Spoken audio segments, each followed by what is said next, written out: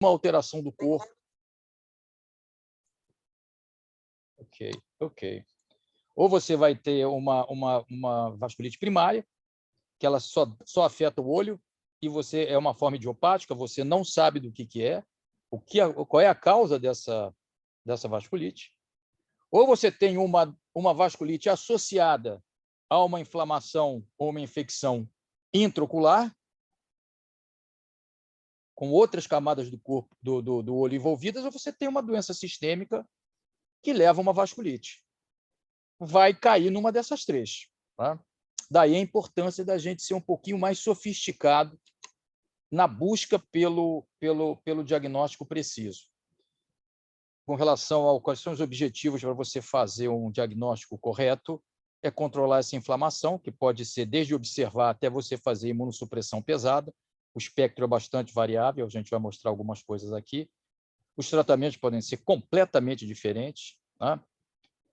E identificar uma doença potencialmente letal, que a gente vai citar algumas aqui também, e que você pode, associado à clínica, resolver o problema, fazer um bom diagnóstico, e, a partir desse bom diagnóstico, você tratar o paciente, salvar a visão dele e, muitas vezes, a vida desse paciente. Então, vamos lá.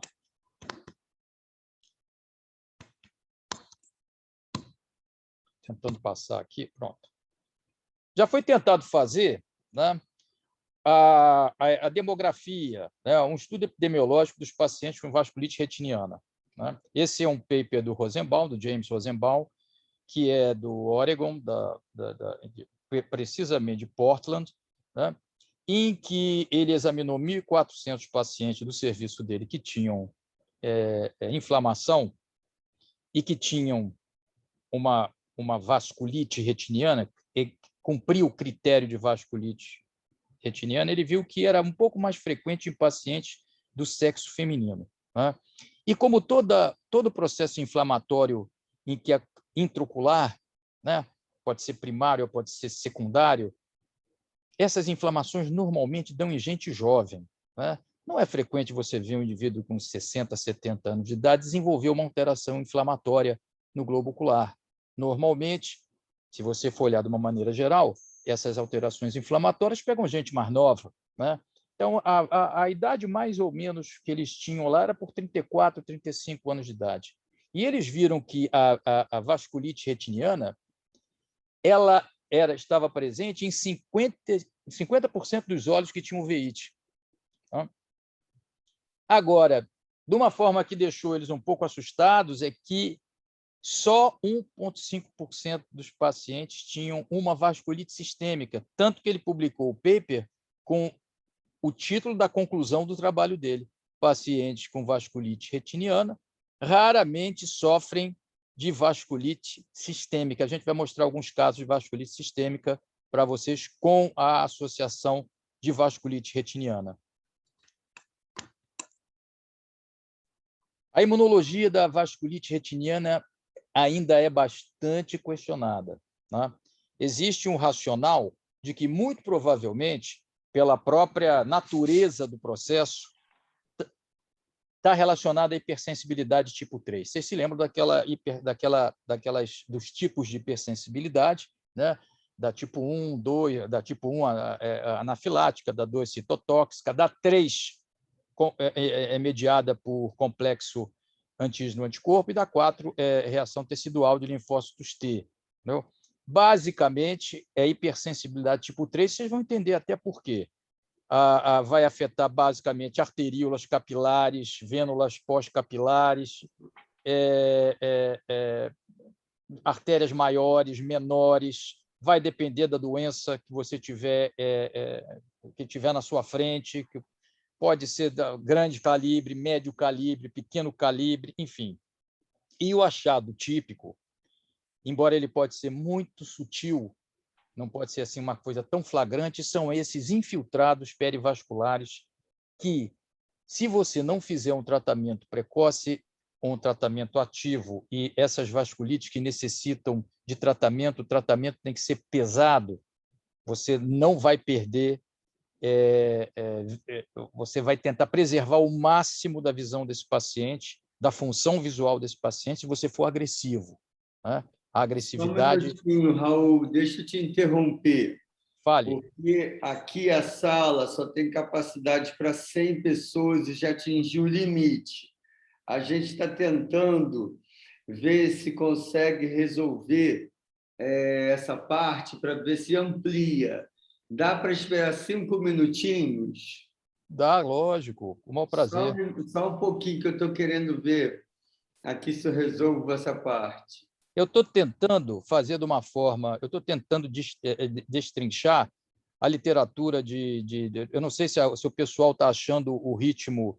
Não é isso, não. O ritmo está maravilhoso, só que a gente está tendo um número muito grande de acessos, só que não está tendo espaço no Zoom, na assinatura que a Lara tem. Então, a gente está tentando ver se consegue ampliar. Mas, caso contrário, a aula está sendo gravada e depois vai estar no canal do YouTube. Então, se em 5 minutos a gente não resolver, não, está ótimo, gente. dá continuidade. Está ótimo. Deixa eu só ver aqui e te respondo. Tranquilo, sem problema. Boa noite, Raul, tudo bem? Boa noite, tudo bem? Tudo, e você?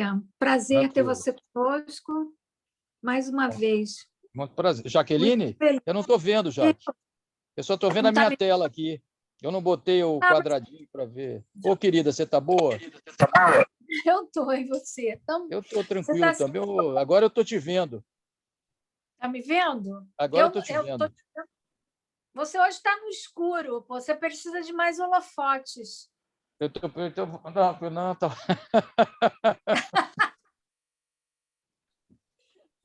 Você precisa de não de luz pessoalmente, luz na imagem só. Luz você tem bastante. Deixa eu ver aqui. Deixa eu ver aqui se eu estou melhor aqui. Mas, então, vamos fazer o seguinte.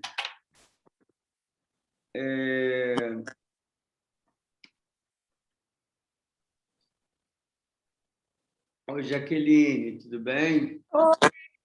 Que bom que você está aí e está oferecendo a gente esse curso maravilhoso, essas aulas fantásticas. Parabéns, Francisco. Obrigado. Então, vamos fazer o seguinte. Raul, não foi conseguido. O que importa é que vai ficar gravado no canal do YouTube. Então, acho que é bom você dar continuidade e quem está aqui dentro vai assistir assim ao vivo e depois vai estar gravado. Está tranquilo, para mim, tá? Tranquilo. Pode liberar a gravação, então, vai ser ótimo.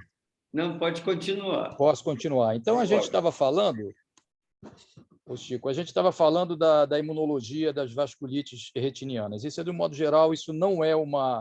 Isso é um feeling em que pode ser esse tipo, que é o que se encaixa mais. Né? Então, aquilo que eu estava mostrando para vocês, né? Esses conceitos são importantes até para você fazer tratamento. Tá? Até para você fazer o tratamento. Que, normalmente, a hipersensibilidade tipo 3 ela responde bem a tratamento anti-inflamatório, com corticoide, entendeu? Até para isso é interessante. Então, é essa daqui, como eu havia falado, né? A hipersensibilidade tipo 3, que está ligado com as vasculites retinianas. Agora, repara o seguinte, só para a gente entender e não ficar parecendo aquela coisa de passou por cima da patogênese, né? Da parte fina da imunologia. Você tem um antígeno, vai ter... Isso aqui é o fundamental, que é o complexo antígeno-anticorpo, né? É um complexo solúvel, ele está no sangue. Aqui, numa segunda etapa, né? Ele entra em contato com as células endoteliais, vai haver uma liberação do sistema complemento. Esse sistema complemento ele vai levar a uma associação com basófilos, com neutrófilos, enfim, com essas células circulantes, vai levar a essa formação, vai levar à liberação de enzima, que são aquelas aminas ativas, e vai levar a destruir, consequentemente, a destruição dos vasos, né, da parede vascular, né, levando, consequentemente, a extravasamento de fluido, edema, né? O extravasamento do corante durante a angiografia fluoresceínica, você vai vendo o depósito do fluido no espaço intracelular, no espaço extracelular, perdão, enfim. Então, essa é o retrato da hipersensibilidade tipo 3. Com relação a sinais e sintomas, o paciente com vasculite, e a gente vai mostrar depois como é importante a gente fazer alguns exames para ver a atividade, mesmo com paciente com 20/20 de acuidade visual, ele pode ser desde completamente assintomático, tá, até sintomas de floaters e fotopsia. Repara que os sinais são de olhos inflamados, você pode ter ou não celularidade em câmara anterior, vítrea, você pode ter hipópio, alteração de reflexo pupilar, proptose, hipertensão ocular. Cada um desses itenzinhos assim, a gente pensa em alguma etiologia. Defeito de campo visual, coroidite, retinite, edema de mácula, papilite, você vai falar, então pode tudo. Exatamente, pode tudo no olho com vasculite retiniana. Ela pode ser a principal causa, como pode estar no meio dessa bagunça toda aí, de todos esses sinais aí. A angiografia fluoresceínica ela é bastante típica, é aquilo que eu mostrei para vocês. Né? Aqui vocês estão vendo aqui do lado esquerdo esse olho mostrando uma intensa liberação, um intenso staining do corante no vaso e com consequente extravasamento por tecido extracelular. Tá? Essa daqui, isso aqui para vocês que vocês estão vendo, é infiltrado linfoplasmocitário, né? Confirmando que isso aqui é um processo inflamatório em torno dos vasos. Tá?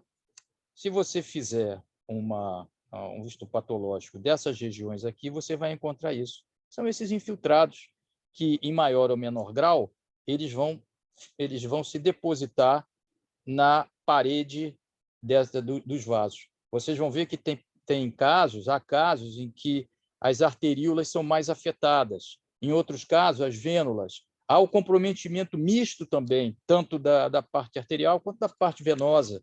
Né? Do lado esquerdo, vocês estão vendo o que pode causar vasculite retiniana. É uma lista enorme de coisas. Então, você tem desde doenças infecciosas,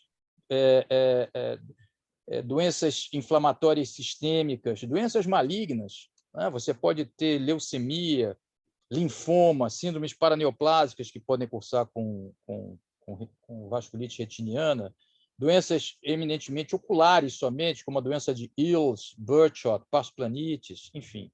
Aqui o paper mostrando que dificilmente, não é muito frequente você ter uma vasculite primária sistêmica que se apresente com uma vasculite retiniana. Olha só, esse já é um quadro mais conciso e mais real do que a gente pode buscar num paciente com vasculite retiniana. Você recebeu o teu paciente, evidentemente, toda doença infecciosa ela vai depender do local em que você estiver, toda doença inflamatória vai depender do local em que você estiver.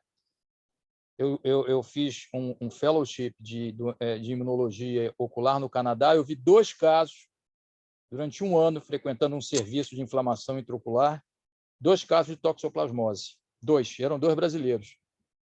Quer dizer, então, você sempre tenta se moldar no lugar em que você está. Antes de você olhar através da janela, você olha para dentro da tua casa. O que é mais frequente aqui na tua casa? São essas doenças. Então, você vai apostar nessas doenças. Tá? Aqui somente mostrando a variabilidade de tudo que é tipo de doença podendo levar a vasculite. Agora já tem uns detalhes mais sofisticados. Por exemplo, as flebites, né? Elas são mais frequentemente observadas, por exemplo, em sarcoidose, na esclerose múltipla, em parsplanite, doença de Behçet, em Burchard, na doença de Eales, A gente vai ver alguns detalhes em ILS que você vai falar, nossa, isso aqui é ILS. Por exemplo, você pode ter formas mistas, de acometimento misto, tanto em artéria quanto em veia. Né? Quando eu falo acometimento, são aqueles infiltrados perivasculares. Tá? Em frosted branch. Só frosted branch pode ter N causas. É apenas uma apresentação. Você pode ter frosted branch idiopática, frosted branch. Eu já tive um paciente que teve uma picada de abelha e ele fez uma frosted branch, uma reação imunológica. Eu vou saber por quê, mas fez. Entendeu?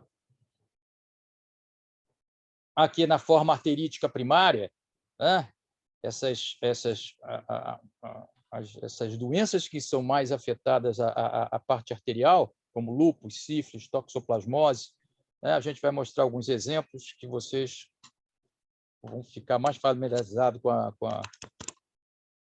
a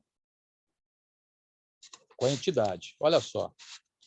Esses são os estágios fundamentais que qualquer vasculite retiniana vai passar. Você pode não ser sintomático, você provavelmente, quando for atender uma vasculite retiniana, vai estar num desses estágios. Ou você vai estar no estágio de inflamação.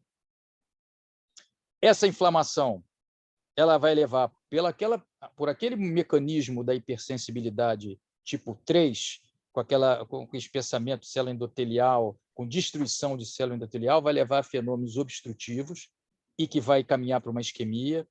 Essa isquemia, dependendo da monta dela, ela leva a uma neovascularização.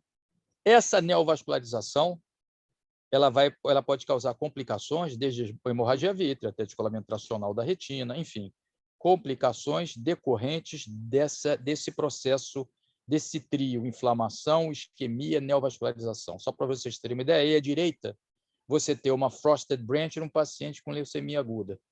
Tá? Mostrando esses frosted branch aqui, que são essas parecendo uns galhos congelados. Né? Quando você tem a neve cai no galho, fica todo esse desenho aqui. Entendeu? E aqui também, você vê que é uma coisa mais difusa. Hemorragia, isso aqui, você fica preocupado quando você tem uma vasculite com mancha de Roth, né? Com essas hemorragias com centro branco. Tá? Então, a gente vai falar de uma forma mais acadêmica possível, o mais acadêmico que eu pude separar aqui, para não ficar confuso, as vasculites retinianas, primeiro, na forma primária idiopática, aquela que só acomete o olho e a gente não sabe qual é a causa. Depois, vasculites retinianas associadas a doenças oculares, somente doenças oculares. E depois, vasculites retinianas associadas a doenças sistêmicas, a vasculites sistêmicas. Eu acho que dessa forma a gente divide e serve até um algoritmo para você fazer na hora em que você estiver de frente de um paciente com uma vasculite retiniana, você começar a colocar nas caixinhas a coisa. Entendeu? Vai ser um quebra-cabeça que você vai começar a montar para chegar no teu diagnóstico. Então, vasculite retiniana idiopática primária. O protótipo dessa vasculite retiniana idiopática primária é a doença de Illes. A doença de Illes ela foi descrita há muito tempo atrás, em 1888, pelo Harry Illes. Né? Na verdade, ele fez uma descrição muito poética da coisa. O paciente tinha epistaxe, ele tinha constipação, ele tinha tudo. Né? Mas ele tinha essa recorrência era uma hemorragia vítrea recorrente de causa indeterminada. A doença de Illes, desde que foi descrita para cá, cada vez ela é menos descrita. Por quê? Porque a gente vai descobrindo causas de antiga doença de Illes, tá? Que é considerada de etiologia desconhecida, a gente sabe a causa e bom, isso aqui já não é mais isso. Isso é por causa de sarcoidose, isso é por causa de tuberculose, que é uma causa importante de pseudo-Illes, entendeu? E tem a tríade, ela é mais frequente no sexo masculino. Na Índia, a Índia é um paraíso da doença de Illes, entendeu? E eles citam também que em alguns casos de Illes lá, o paciente tem alterações auditivas também, audiometria alterada, Mas essa tríade aqui, gente, é fundamental para o diagnóstico de ILS. Ó, inflamação, oclusão e neovascularização. Tá? Eles têm uma estranha hipersensibilidade à proteína da tuberculose. Tem casos de ILS que você faz o PCR vítreo, revela BK. Tá?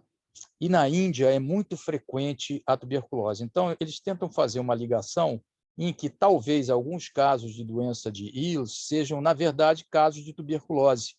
Mesmo assim, os indianos, eles acham interessante a gente manter uma divisão.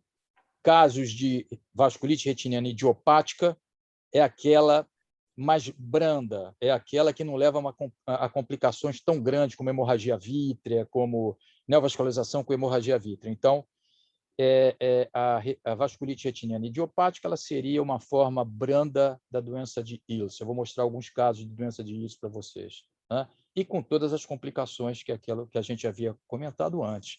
Hemorragia vítrea, descolamento tracional de retina, glaucoma neovascular. O tratamento, gente, é com tudo aquilo que você tiver à disposição. Né? Como tem inflamação, você pode tratar com corticoide.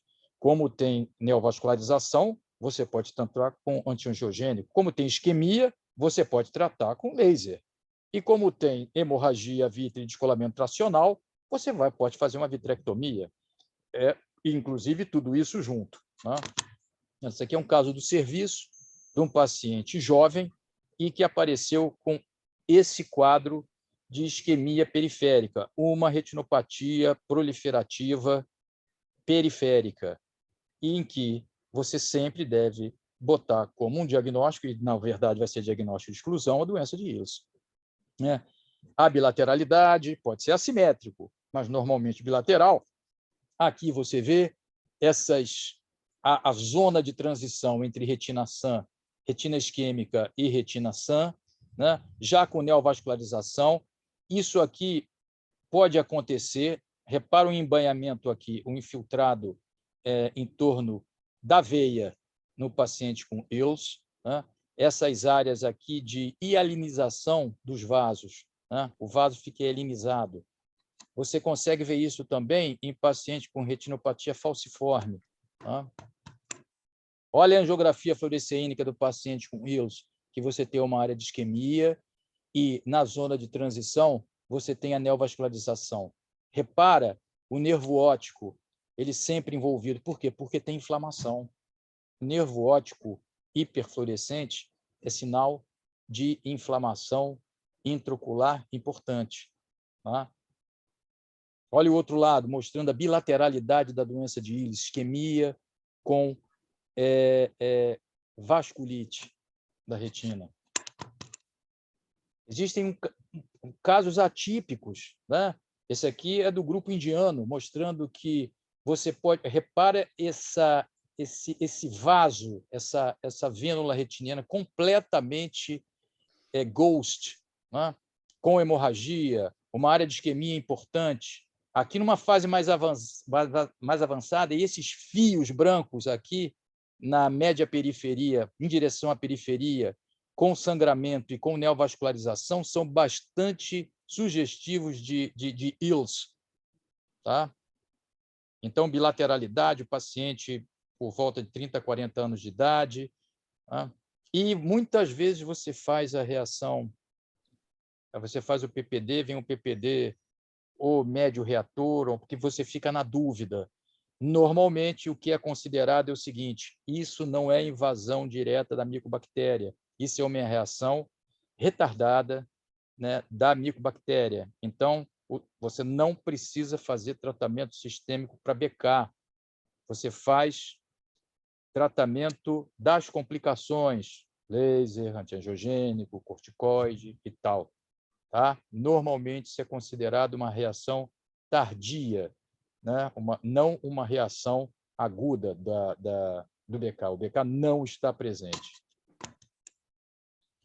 Olha uma outra forma essa é bem interessante, hein? De uma vasculite idiopática, né? Uma vasculite retiniana idiopática, essa, até recentemente, descrita, que é a IRVAN, né? Que essa neuroretinite com aneurismas arteriais, vasculite retiniana idiopática. Repara o seguinte, você tem, principalmente nas bifurcações, ou nos 3 primeiros, mais próximos do nervo óptico, você vai ter os aneurismas no sistema arterial retiniano, sistema arteriolar retiniano. Assim, você vê muita exudação. É quando você faz a angiografia fluoresceínica que você pode ver melhor essas alterações saculares arteriais, entendeu? Existe o espectro dessas alterações do IRVAN foi aumentado e você pode ter isquemia na periferia, e o tratamento é um tratamento difícil. Você responde mal antiangiogênico, normalmente você trata com laser, tá? Mas só mostrando para vocês que a vasculite ela pode ter, e da mesma forma é idiopático, a gente não sabe qual é a causa disso, mas várias formas de apresentação, entendeu? Esses casos podem ser bilaterais, podem ser unilaterais, mas é uma síndrome. Então, como é uma síndrome, você tem vários achadozinhos. Esse aqui, o específico, são essas aneurismas arteriais. A sarcoidose. A gente está com um caso agora na universidade e que no nosso meio, eu não sei com relação aos colegas que estão assistindo, que estão dividindo comigo essa apresentação, se eles têm muita experiência com sarcoidose. Eu não tenho muita experiência com sarcoidose porque eu acho muito infrequente aqui no nosso meio. É muito frequente lá na Europa e no Canadá, onde eu tive a oportunidade de trabalhar. Aqui, se eu tive meia dúzia, 8 casos durante 25 anos, foi muito, entendeu? Ou eu não fiz diagnóstico direito. Um pouquinho de experiência maior, porque os reumatologistas me encaminham. Então, acaba, né, tendo... O problema é você ter as alterações no fundo de olho, né? Que justifiquem você fazer um tratamento, por exemplo. Eu pego esses casos que eu estou falando, são casos que justificavam fazer um tratamento. Ou era um granuloma, ou era um edema macular cistoide, ou era uma vasculite disseminada no ocular. Quer dizer, então, eu tive poucos casos em que eu fiz o tratamento, muitos casos examinando paciente com sarcoidose, mas boa parte deles, ou a maioria deles, sem nenhuma alteração retiniana, entendeu? Isso é a minha experiência. Mas isso daí, por exemplo, é um paciente com sarcoidose, repara o nervo óptico acometido, e segmentarmente, ele tem, repara aqui, que é tipicamente venosa a alteração, olha só, como você pode, só por esse detalhe, alguns detalhes, você caminhar para um diagnóstico. Aqui no nosso meio, eu normalmente, quando o caso de vasculite, eu não peço a priori exames mais profundos, eu peço cálcio sérico e peço enzima conversora de angiotensina, e a massacradora, a maioria das vezes, vem tudo dentro da normalidade, coisa que não faz nem a gente pensar em sarcoidose. Depois eu queria ouvir os colegas sobre isso, que eu acho que a gente podia fazer um fórum aberto, um fórum para discussão dessas coisas. Então, gente, eu mostrei algumas doenças e eu botei a sarcoidose nesse meio termo, assim, que a gente nunca sabe como é que classifica a sarcoidose, né? É uma doença que ela tem uma classificação própria. Sarcoidose, o que é? Sarcoidose é sarcoidose, né? Ela não tem... É difícil você classificar a sarcoidose, né? Eu botei como uma doença idiopática no grupo do pessoal lá das doenças idiopáticas, porque normalmente a sarcoidose ocular ela tem alguma alteração sistêmica, né? Normalmente. Tá? Agora eu vou mostrar algumas vasculites retinianas que normalmente cursam com essas inflamações ou infecções oculares. Tá? Pasplanite é quase a regra, gente. Pasplanite, ela é a uveíte, é uma uveíte muito frequentemente vista em pacientes com menos de 20 anos, menos de 30 anos de idade. É uma uveíte de gente jovem, é uma uveíte intermediária que normalmente você não tem uma etiologia, porque a partir do momento que você tem uma pasplanite, que a etiologia é tuberculose, aí você vai ter uma uveíte intermediária secundária à tuberculose, causada pela tuberculose. Se for por uma outra entidade, vira uma uveíte intermediária relacionada a uma entidade. Mas, caracteristicamente, essas uveites, as pasplanites, elas têm, classicamente, isso que vocês estão vendo aqui. Esses mais importantes que os snowballs são os snowbanks, entendeu? Em que caracterizam a pasplanite. E uma coisa muito frequente é vasculite, edema macular cistoide, uma papilite reacional e uma catarata subcapsular posterior, que a gente não pode nem dizer que isso é a complicação da pasplanite. Parece que isso aí é a evolução natural da pasplanite. Né? Raramente você vai encontrar uma pasplanite, que essas crianças, esses rapazes, essas moças, eles vão crescendo. E, normalmente, eles vão cursar com uma dessas complicações, quando não com todas. Tá? Então, a vasculite retiniana ela faz parte do quadro da síndrome da pasplanite. Birdshot é uma regra. Inclusive, faz parte na doença de Birdshot, na retinocoroidite de Birdshot, a vasculite ela faz parte do quadro. E uma coisa importante em Birdshot é que você não precisa das lesões para fechar o diagnóstico. Né? Essas lesões só aparecem tardiamente. Por exemplo, esse caso eu demorei 1 ano para fazer o diagnóstico de Birdshot. Ele aparece assim, repara o olho direito e o olho esquerdo desse paciente, uma tremenda vasculite, uma papilite reacional importante, edema macular cistoide bilateral, e foi depois de eu observar essas alterações pequenininhas aqui na região nasal inferior ao disco óptico, que eu pensei na possibilidade disso ser uma possibilidade de ser Birdshot. Até eu pedi o HLA-29, ele veio positivo. Entendeu? Então, esses casos, paciente com 50 anos, com essa reação, a angiografia fluoresceínica, essa reação inflamatória tremenda e bilateral, você pode colocar, se for um paciente caucasiano, então, no seu diagnóstico diferencial, a retinocoroidite de Birdshot. Os papers mais recentes, eles estão mudando o nome de Birdshot para HLA-29 Related Uveitis, a uveíte relacionada ao HLA-A29. Não há necessidade dos flex, esses flex apresentam-se só depois, numa fase mais tardia.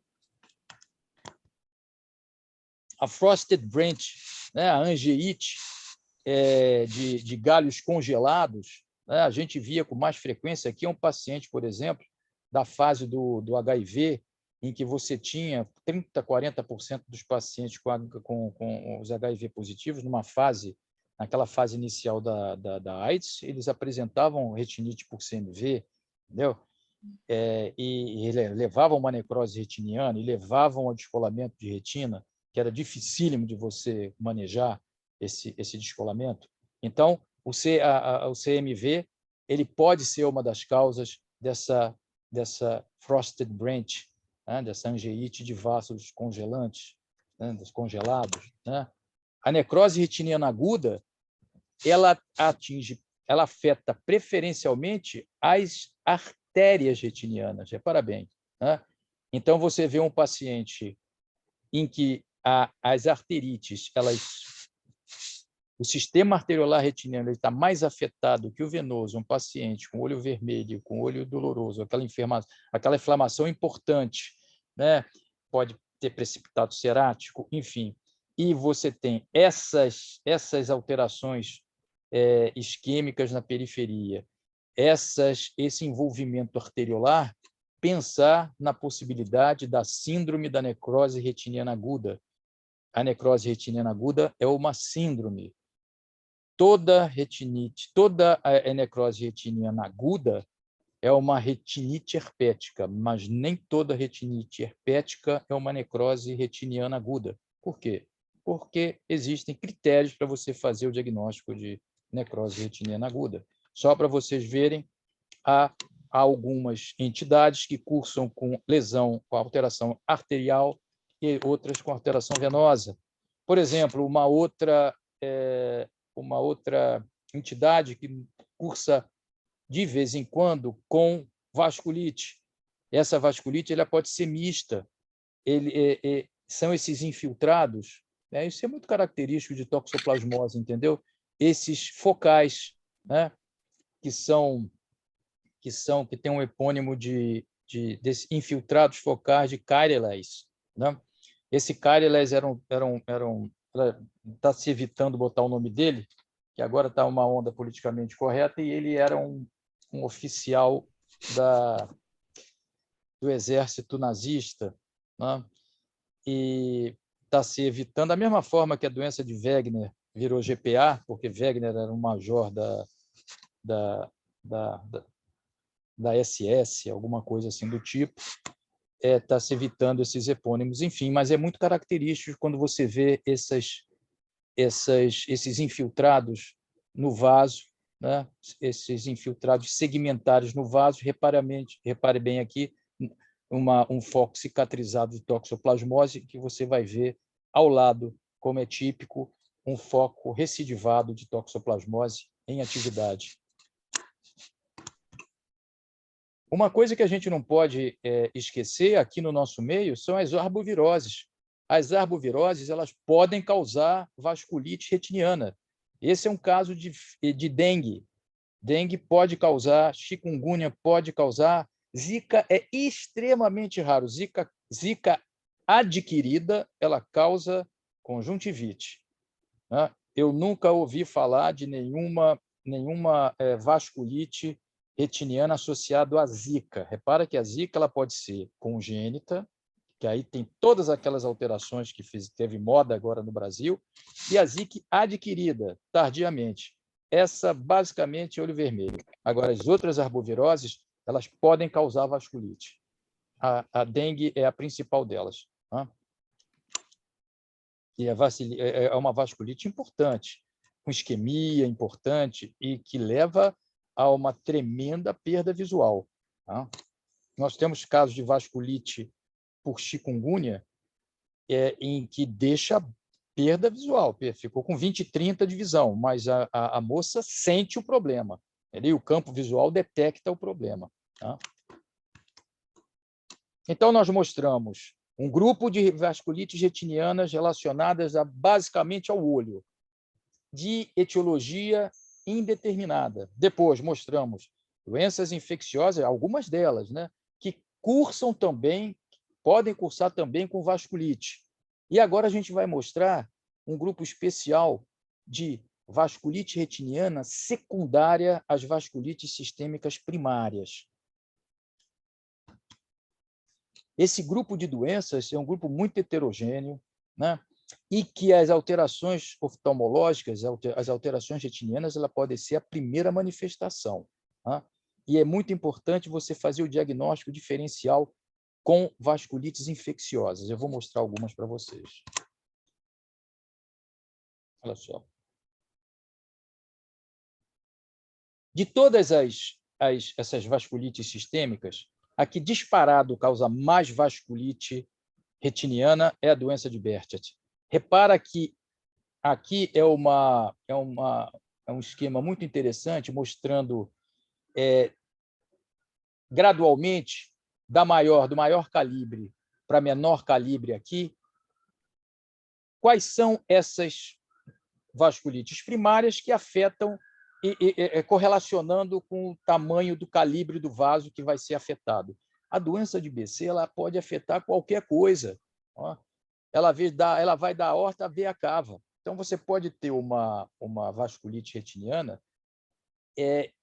Você pode ter... Eu vou mostrar para vocês a variedade de alterações em que a doença de BC pode levar, ó, desde capilarite até uma obstrução importante de artéria retiniana, de veia retiniana, e vou mostrar um caso interessante de arterite de Takayasu, para vocês verem que essas coisas acontecem, essas doenças existem, tá, gente? Tem que pensar nela, tá?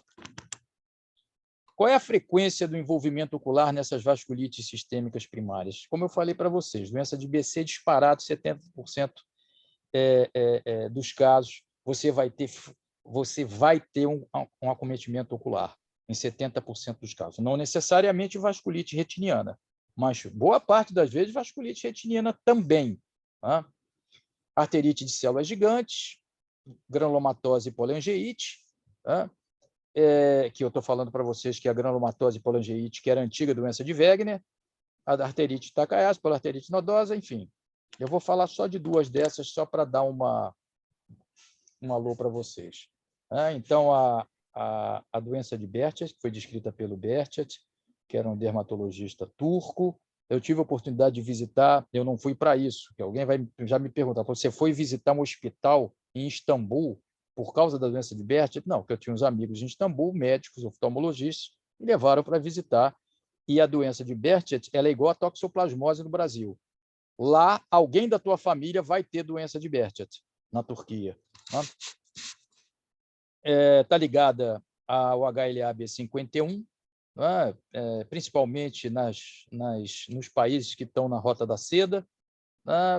São pacientes relativamente jovens, enfim, ela é mais severa no sexo masculino, e isso daqui é importante. Ela pode causar uma panoveite e uma vasculite retiniana oclusiva. Aqui é mostrando as rotas da seda que tinham. Normalmente são esses países de maior frequência em que você tem a doença de Behçet.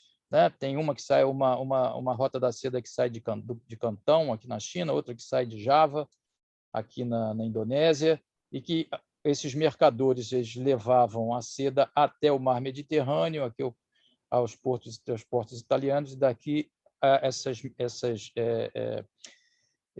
enfim, esse trade deles era levado para o resto da Europa. Então, é a teoria que eles falam que esses países são a frequência de doença de Behçet é muito grande, por Só esses para países. acrescentar, posso falar uma coisa sobre esse mapa?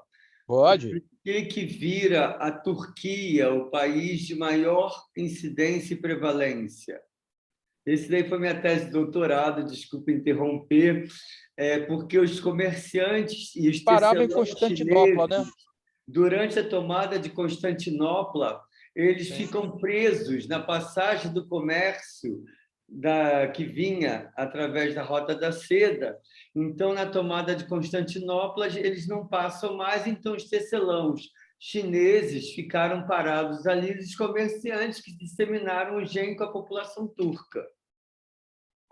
E o interessante disso, o interessante disso também é que esse HLA-B51 ele tem uma frequência maior, mas nesses países aqui que fazem parte da Rota da China, da Rota da Seda.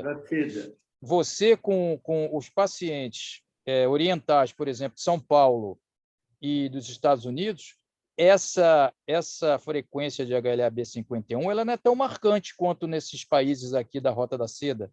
Parece que há também uma alteração multifatorial, alguma coisa relacionada a esse surgimento dos sintomas, entendeu? A miscigenação das etnias gera Exatamente.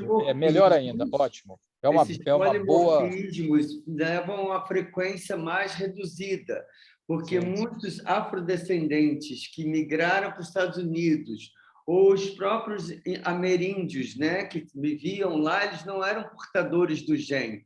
Então, ao se miscigenar com a população que colonizou os Estados Unidos e o Brasil, no nosso caso, que também temos, né, fez uma miscigenação, e essa miscigenação diminuiu a frequência do HLA-B51 e gerou polimorfismos. Era só para teoria. Realmente faz todo sentido. Faz todo sentido, de fato.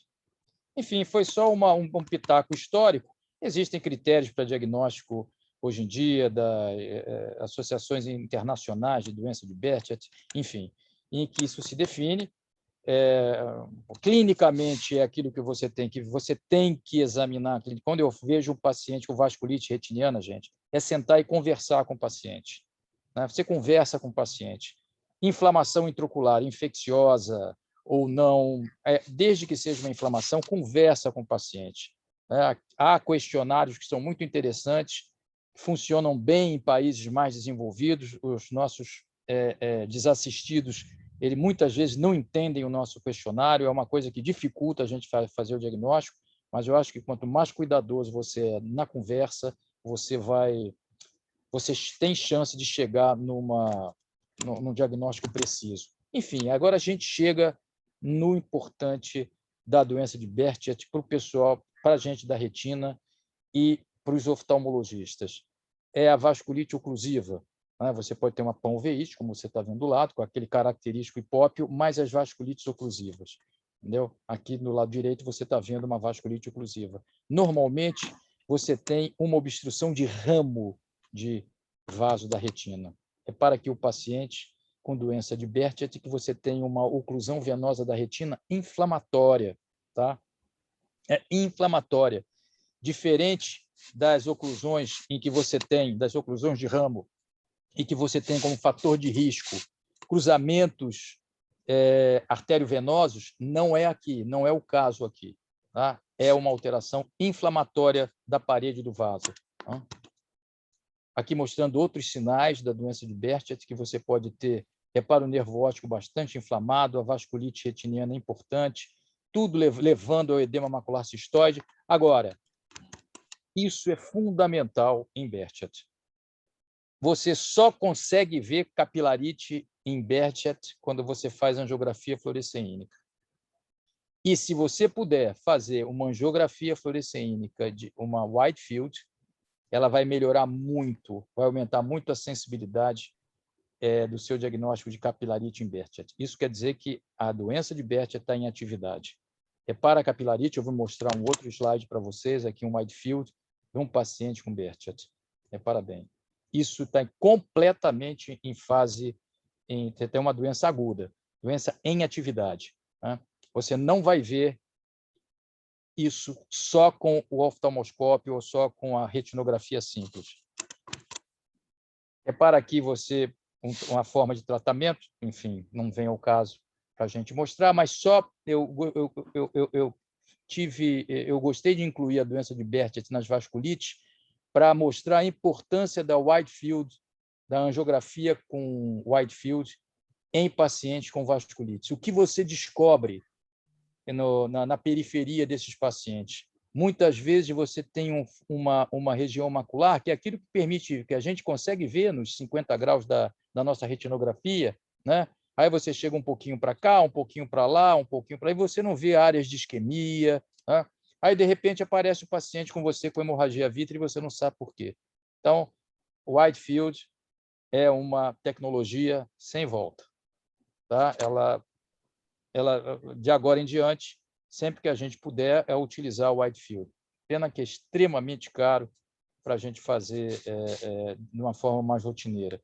Tá? Mas a gente tem acompanhado pacientes diabéticos. Impressionante como você tem aqui, não tem nada, o paciente tem um edema. Eu só estou dando um parêntesezinho. Aí você vai na periferia, você tem isquemia. Você trata a isquemia do paciente, diminui o edema do paciente, ou até some o edema de mácula do paciente. É uma coisa incrível isso. Enfim, foi só um toque.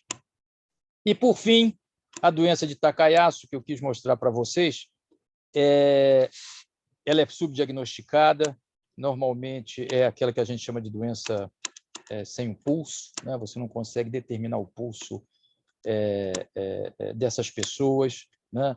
Ela causa uma retinopatia isquêmica em até 50% dos pacientes. Repara que é uma doença, uma vasculite primária fulminante. Aqui, só para vocês terem uma ideia desse paciente aqui, que mostrava essa artéria subclávia esquerda completamente obstruída, né? E uma artéria carótida esquerda extremamente diminuída de tamanho. O que leva a isso? Leva a uma hipoperfusão da retina, né? Isso aqui são os critérios da doença de Takayasu, né? E, novamente, a importância de você ter, para essas doenças em que causam hipoperfusão retiniana, você ter um wide field. Olha aqui você tem uma visão muito limitada da parte do polo posterior, e quando você faz o wide field, você vê áreas de isquemia, muito mais. Olha aqui os vasos, não, perdão, isso aqui são os cílios do paciente, mas aqui a importante área de isquemia que você vê e o consequente glaucoma neovascular, que normalmente esses pacientes que não são tratados adequadamente, eles sofrem, né?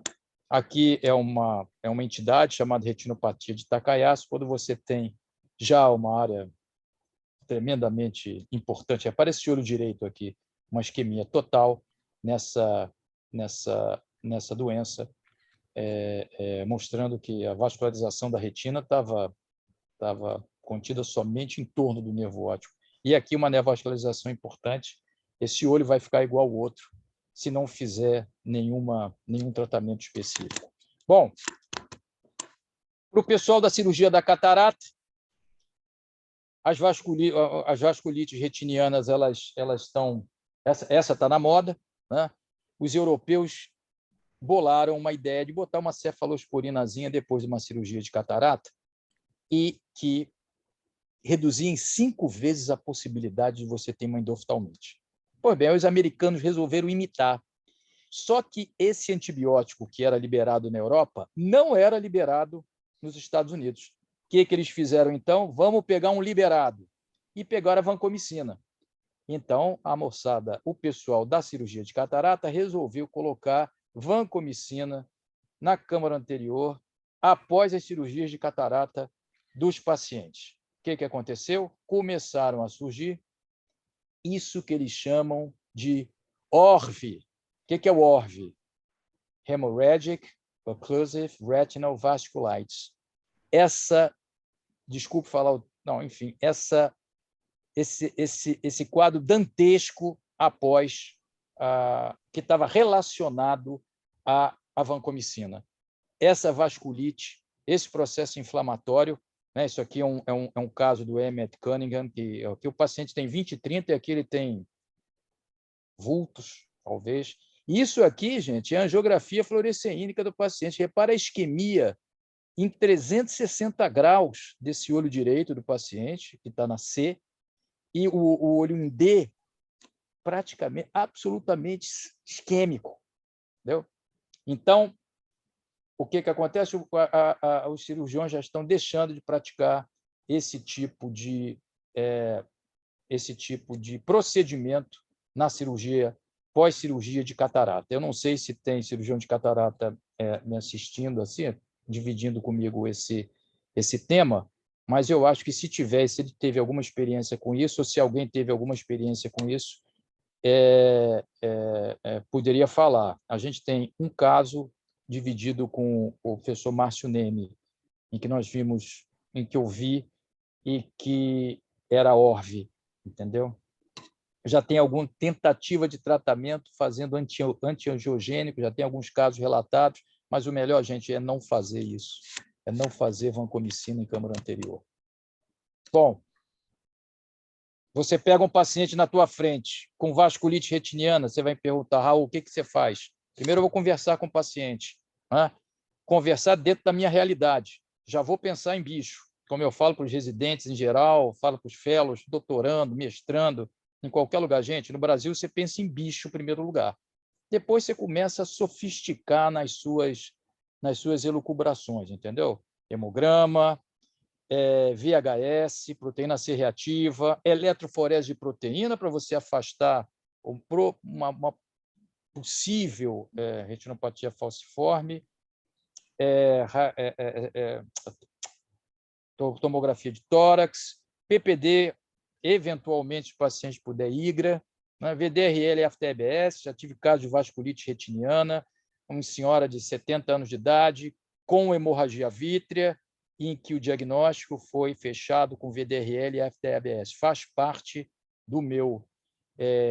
da minha forma de conduta. Qualquer paciente com retinopatia proliferativa, independente de células ou não, eu pedi VDRL e FTABS.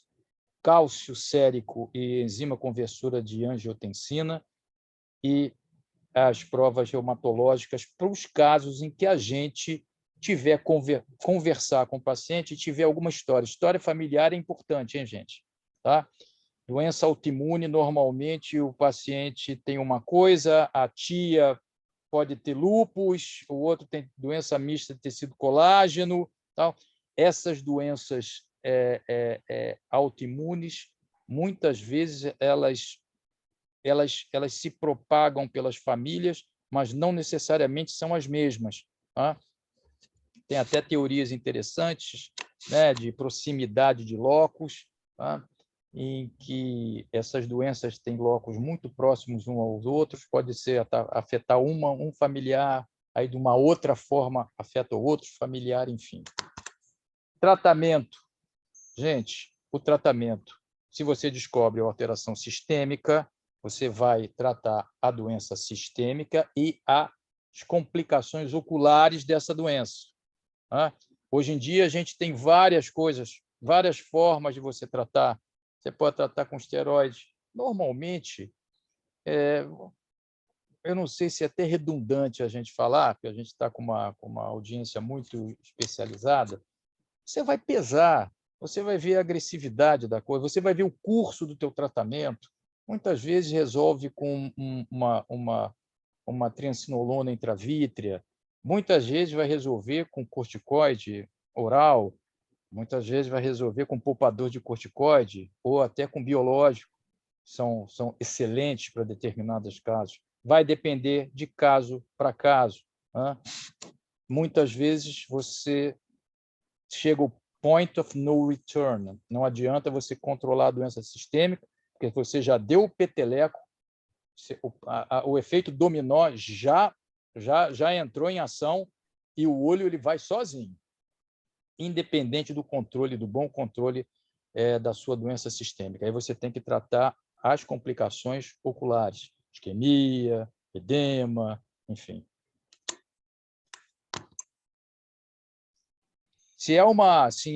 O pessoal viu, outro dia foi conversar comigo, falou: laser está meio fora de moda, né? Laser está fora de moda, pode ser para essas doenças como diabetes, mas para as complicações das vasculites retinianas, para as áreas de isquemia, é o que funciona, tá? Então, laser funciona bem para essas áreas de isquemia, em qualquer tipo de isquemia, de qualquer daqueles grupos que eu mostrei para vocês. Tanto doença isolada idiopática, como doença ocular com algum problema, como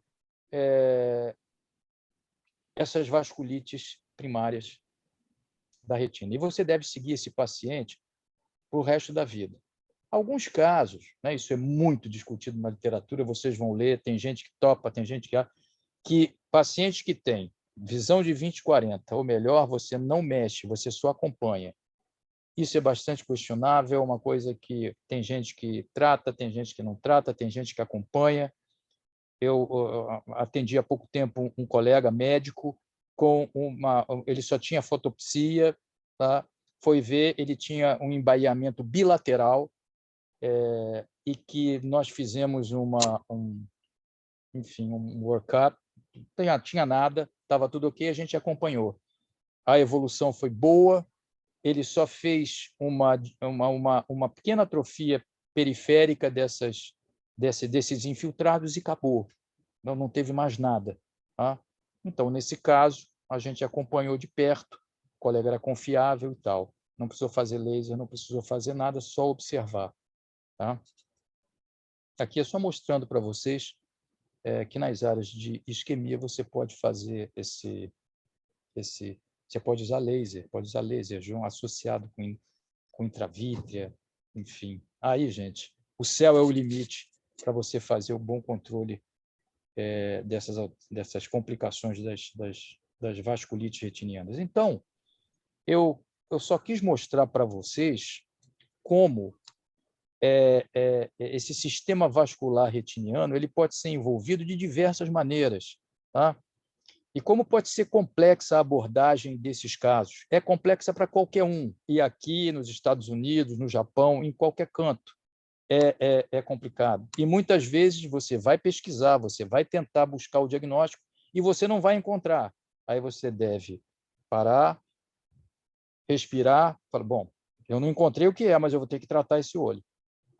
Vamos ter que tratar. E, felizmente, quando você trata direitinho tal, você tem bons resultados. Mas você deve buscar sempre tentar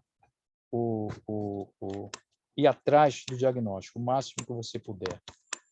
A gente nunca trabalha sozinho, esses são as nossas fellows, né? Doutora Annelise Dias, doutora Adriana Muralha, doutora Giovana Provenzano, elas que ajudam a gente a levar o nosso serviço, que é de retina, uveites e tumores intraoculares. É muita coisa, mas com elas a coisa fica mais fácil. Chico, muito obrigado pelo convite. É um tema hard, eu sei, né? Mas eu tentei mostrar, fazer uma geral aí para vocês, e da próxima vez que se defrontarem diante das vasculites, de uma vasculite retiniana, pensar nessas possibilidades. Não, mas, Raul, muito obrigado, realmente. Né? Mesmo com essas intercorrências da gente ser uma superlotação, que você é um super top, e muitas coisas a gente tem que até ter aulas separadas para poder deslanchar melhor o tema. Mas isso é super interessante, né? Ainda mais para a matéria UVEIT, doenças autoimunes, para a gente ter essa diferenciação de que cada uma apresenta-se de forma diferente, de tratamentos diferentes e cada tratamento estando relacionado ao momento da apresentação da doença.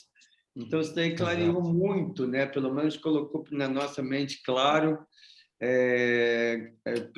o que a gente deve suspeitar e que sempre trilhar através da história clínica, os exames possíveis que podemos fazer para chegar ao diagnóstico mais adequado com o tratamento mais cabível, né, para cada paciente. É porque, Chico, a nossa especialidade é muito de detalhe. Então, muitas vezes, você tem que pegar o detalhe, você tem que ver o detalhe. E é aquela história que eu falei. Na verdade, a vasculite retiniana é mais uma pecinha do quebra-cabeça, né? É a mesma coisa de você falar, por exemplo, vou dar uma aula de manchas algodonosas, entendeu? Você fala, nossa senhora, como é que eu vou dar essa aula de manchas algodonosas? Como é que eu saio disso, né? Mas eu achei legal o desafio de dar aula de vasculites retinianas, entendeu? Que é um tema que, se a gente... Eu sempre falo para todo mundo que trabalha junto comigo, tem que ter algoritmo para fazer diagnóstico. Você tem que começar a fazer um raciocínio, o que pode ser e o que não é, para não fazer turbilhonamento mental, entendeu? Que aí daqui a pouco você fica olhando para o caso e você acaba não raciocinando direito.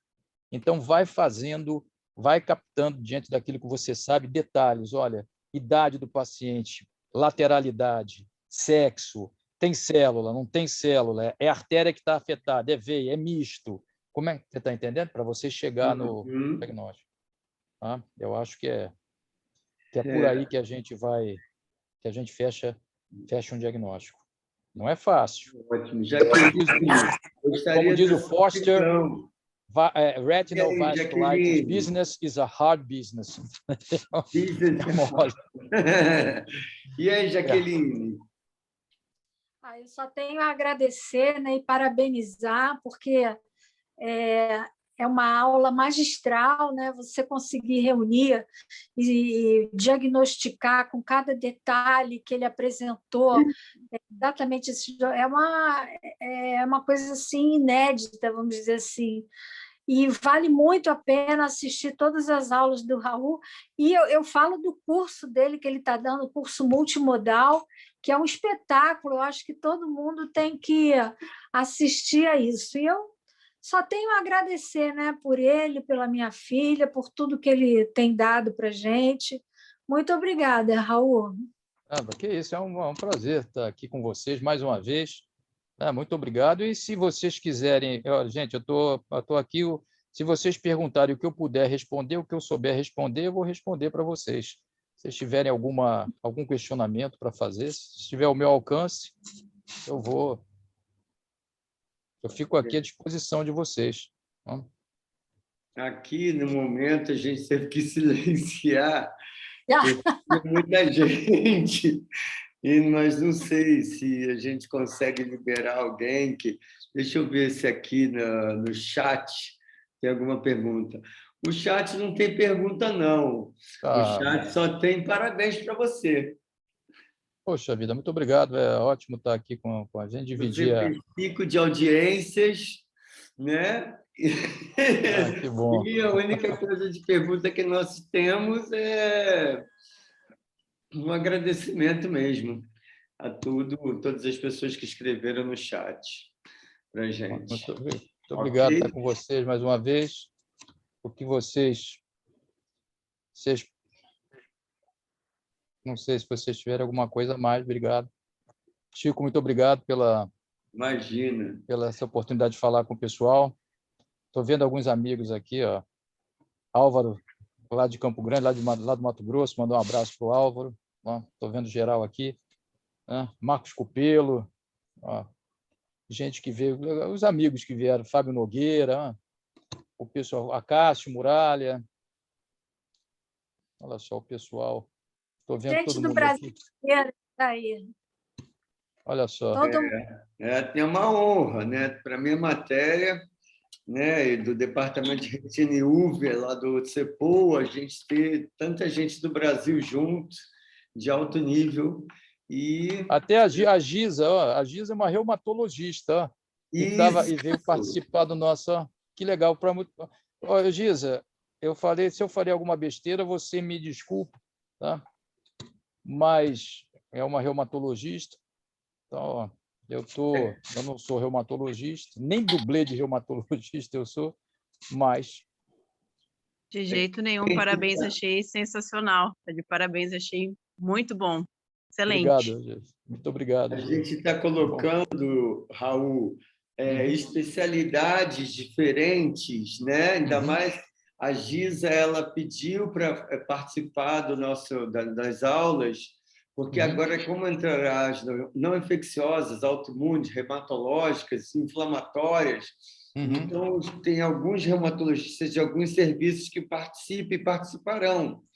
Então, não serão só os oftalmologistas. Então, essa interação entre as especialidades, para a gente poder, né, ter a opinião deles, o universo deles, como é que eles veem isso, diferente de nós, para eles também saberem, entenderem que o momento exato que a doença deles sistêmica está controlada, mas o nosso olho está indo embora. Está indo embora, exatamente. Exatamente. Esse é um dilema. É um dilema que só a aproximação vai levar a isso, entendeu? A aproximação leva a isso, entendeu? Então... Giza tem que interferir mais agressivamente, porque o olho está indo embora. Com certeza, Francisco. Foi bem por isso que eu te procurei, né? Para a gente estudar bastante, organizar eventos para aprendizado mútuo.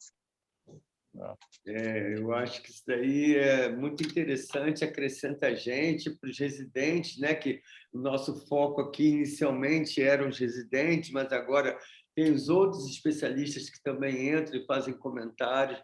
Então, isso daí só acrescenta a nós. E então é isso, gente. Muito obrigado. A Associação de PAN e Vasculites em Idosos. A Nathalie está perguntando. PAN é um achado, tá?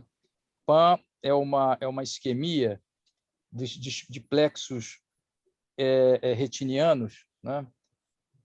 Dos plexos capilares retinianos, né? Ainda tem um questionamento, plexo profundo, um pouquinho mais para baixo, tem plexo intermediário, já descobriu-se agora plexo intermediário. Entre o plexo superficial e esse plexo profundo tem um intermediário. Então, PAN é um achado de OCT. Pode acontecer, eu estou respondendo a Nathalie, pode acontecer esse PAN, tá? Que é esse achado, que é essa isquemia que pode vir acompanhado, pode estar em paciente com obstrução de veia central da retina, pode ser em qualquer acidente vascular. Eu vi um paciente da Adriana Borges com retinopatia falciforme e PAN, entendeu? E com essa isquemia das camadas desses plexos retinianos. Então, Nathalie, pode acontecer você ter um paciente com uma obstrução vascular, se não me engano, foi isso que você me perguntou, e que tenha essas obstruções. É que a gente não via muito, porque a angiografia fluoresceínica não mostra. Esse é um achado de OCT, basicamente de OCT. Então, pessoal, quem tiver alguma dúvida pode escrever aqui no chat. E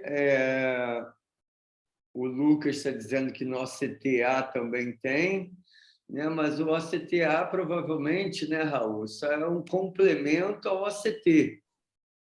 Exatamente. Antes de aparecer no OCTA, né? Antes de aparecer no OCTA, foi um achado de OCT. né? O OCTA ele só confirmou aquilo que você via no OCT, né? O PAN, quando ele foi descrito, foi até de uma forma confusa, que foi achado que seria uma variação da neuroretinopatia macular aguda, entendeu? E, na verdade, não é. São duas entidades completamente diferentes. A neuroretinopatia macular aguda é uma entidade isolada, enquanto o PAN pode vir com em qualquer entidade vascular. E ela está Só mostrando, o PAN é Paracentral Acute Maculopathy, entendeu? É uma maculopatia paracentral. Estão me perguntando aqui, ó, aqui no WhatsApp, né? É o Paracentral Acute Middle Maculopathy, quer dizer, é uma lesão vascular que dá mais ou menos paramacular no meio da estrutura da retina, no meio da retina sensorial. Mais ou menos isso. Que é achado de OCTA, de OCT, e que depois foi corroborado no OCTA, você pode ver. Ótimo. Acho que, no momento, não temos mais perguntas, só agradecimentos mesmo. Você foi perfeito, maravilhoso, Obrigado, sensacional, querendo ficar mais horas, mas as pessoas têm que fazer essas coisas, a vida tem que continuar. Mas muito obrigado, isso. Chico, muito obrigado a todos. Obrigado, Raul. Meus fellows que estão aí assistindo, muito obrigado por me ajudar sempre. Entendeu?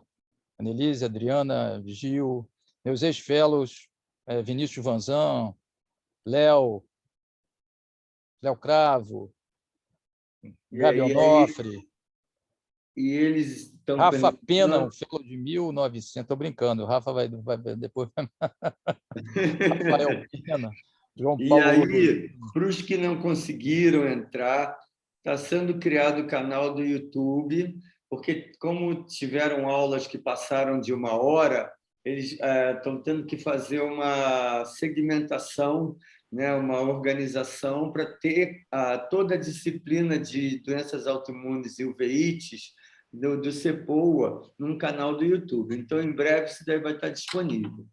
E é isso. Semana que vem, a gente está junto lá no congresso da SBU, né, da Sociedade Brasileira de Uveite. Eu não sabia, não, vai ter? Eu não sabia, não, vai ter?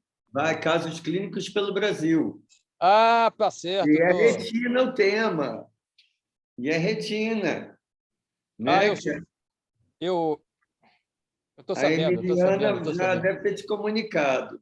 E aí, semana que vem, a gente não tem a nossa matéria. Na outra semana será HIV e manifestações oculares. Ok? Excelente, excelente. Com Cláudio Garcia, que fez Escola Paulista, com a tese de doutorado dele, e vai ser ótimo também. Obrigado, boa noite, tudo de bom, saúde a todos e tenham uma boa noite. Tchau, tchau. Abraço, gente. Tchau. Abraço.